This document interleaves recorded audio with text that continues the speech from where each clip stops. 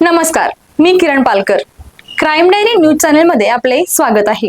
पाहूयात आजच्या ताज्या बातम्या. महिला एकटी घरी असल्याचा गैरफायदा घेत तिच्याशी जबरदस्तीने शारीरिक संबंध ठेवून याबाबत कोणाला सांगितल्यास जीवे मारण्याची धमकी तसेच मोबाईलमधील संभाषण व्हायरल करण्याची धमकी दिल्याप्रकरणी शिवाजीनगर पोलीस ठाण्यात एका युवकाविरुद्ध गुन्हा दाखल करण्यात आला आहे.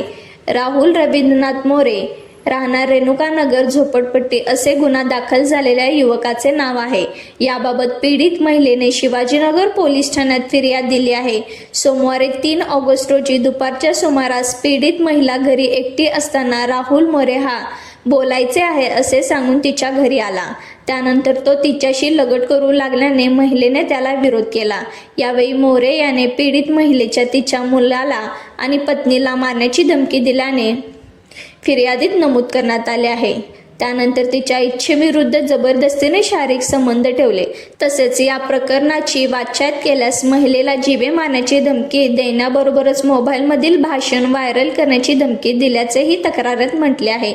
या प्रकरणी शिवाजीनगर पोलीस ठाण्यात राहुल मोरे याच्या विरुद्ध संबंधित कलमान्वये गुन्हा दाखल करण्यात आला असून पुढील तपास सुरू आहे.